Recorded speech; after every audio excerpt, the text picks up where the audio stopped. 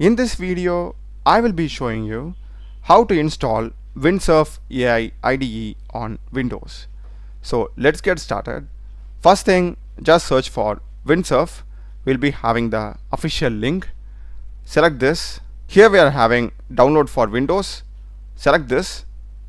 It is around 200 MB in size, so just be patient. Once the download is complete, just open it. We'll be getting the Windsurf setup. Just read the agreement. Click on I accept. Select next. This is going to be the default location where it will be installed. If you want to change it, click on browse and change it. After that, select next, next, and I'll just go with create a desktop icon. If you want to quickly open a folder, make sure that you check these two checkboxes. After that, click on next. These are fine. Click on install.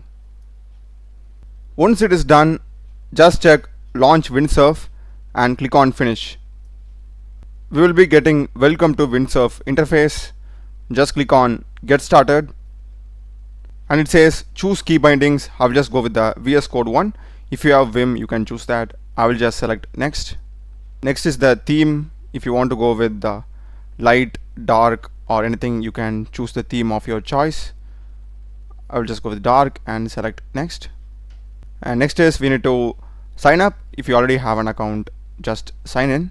So to sign in or create an account, it will redirect you to the browser. So just create an account and log in.